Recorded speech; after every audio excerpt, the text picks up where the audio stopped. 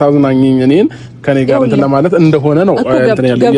ሁለት አይነት ውሸት አያስፈልግም። ትክክለኛውን ነገር ምን እኔ ጸበል ቦታ ልወስድ ነበረ። ጸበል ቦታ ግን ከመሄዳችን በፊት ማረፍ ያስፈልገን ነበረ። ሩቅ ቦታ ነው፣ ከአዲስ አበባ ርቀን ነው አይደል እንደሄድ ነው። ሶ ማረፍ ያስፈልገን ነበረ።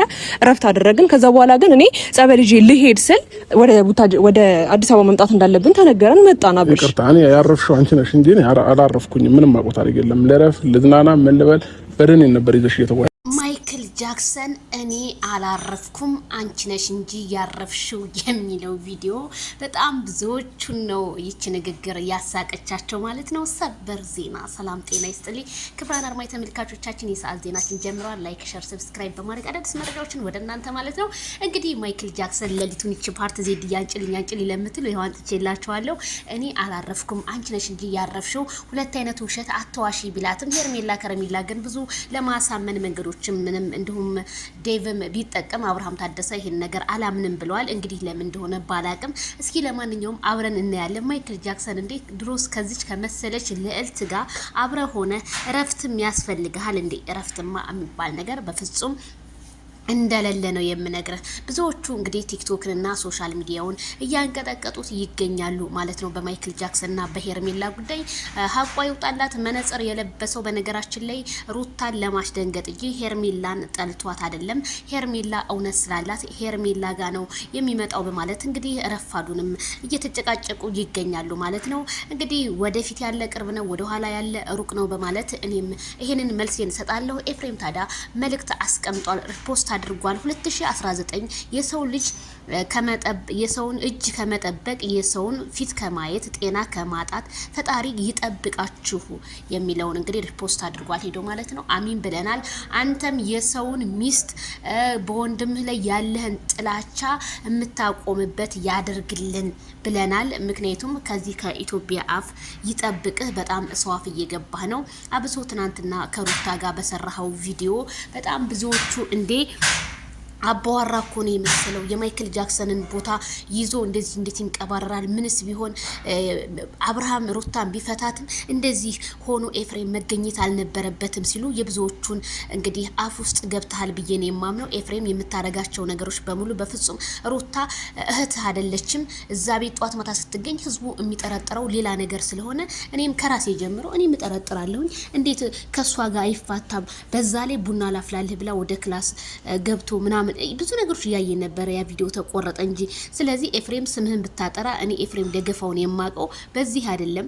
ኤፍሬም በጣም የሆነ የዋህ ልጅ በቃ አነጋገር ራሱ ብዙም የማይችል ነበረ። ዛሬ ግን ይሄንን ያህል ከሩታ እግርግር ስር ማለት እኛ በጣም ገርሞናል። በዛ ላይ በቡዜ አፍ ላይ ላውራ ስትል ነበርና እንዲሁም እኔ ሩታ አፍ ላይ ወጥቼ ሩታን በእኔ አፍ ታውራ እሷም እንደዛው ስትል ነበረ። ስለዚህ አንዳንዴ ስማችሁን ብታጠሩ ብዬ እመኝላችኋለሁ ማለት ነው። መልካም ነገር ከመልካም ሽቶ ጋር ይውላል፣ መጥፎ ስራ ደግሞ ከመጥፎ ሰዎች ጋር ይውላል ብዬ ነው የማምነው። ስለዚህ ማይክል ጃክሰን እና ሄርሜላ ከረሜላ ይለያያሉ ብላችሁ ለምታስቡ በሙሉ መቼም እንደማይለያዩ የኔ ምርጦች እንዴት እንደሚያምርባቸው ደግሞ አበሻ ቀሚሱ ዋው! በጣም በጣም በባህላዊ ነገር እንግዲህ ፏሽ ያብረቅ ደመቅመቅ ብለዋል የኛ ምርጦች የሚዲያው ድምቀቶች። አብርሃም ታደሰ በነገራችን ላይ ይሄ ቪዲዮ የተፖስተው ከዛሬ 4 ቀን በፊት ስለሆነ እህቶቻችን ተረጋጉ። ዛሬም አዲስ ቪዲዮአቸው በአዲስ ቪዲዮ ከቻሳ ይላሉ ማለት ነው። እውነት ትመነምናለች እንጂ አትበጠስም። ሄርሜላ ሁልጊዜም ሀቀኛ ስለሆነች ብዙ ሰዎች ይመሰክሩላታል። እኛ ትናንትና ዴቭ ከጎኗ አልነበረም ስንል የነበርን ሰዎች ዴቭ ግን ለሀቅ ቆሞ ሲከራከርላት ነበረ። ሄርሜላ ከረሜላ ሀቅ አላት።